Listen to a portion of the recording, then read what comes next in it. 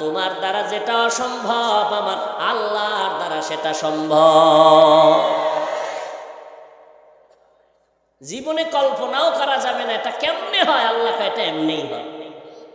কাদেরে কুদরতু দারি বার কামাল আনতা রব্বি আনতা হাসবি জুল জালাল।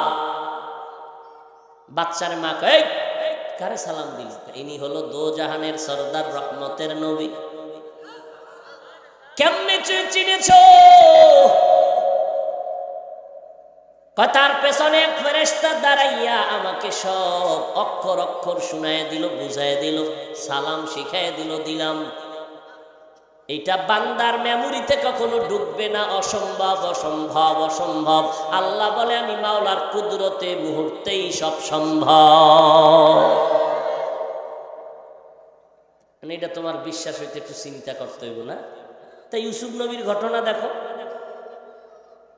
ইউসুফ নবীর জুলাইখা যখন আটকাইয়া দিছে, ওয়াস্তাবাকাল বাব, দোনোজন দৌড় দিছে দরজার দিকে। ইউসুফ নবী দৌড়ায় গুনার থেকে বাঁচার জন্য, জুলাইখা পেছনে দৌড়ায় ইউসুফের গুনার মধ্যে আটকানোর জন্য। নিচে নাইমা দেখে জুলাইখার স্বামী আজিজে মিশর দাঁড়ানো। জুলাইখা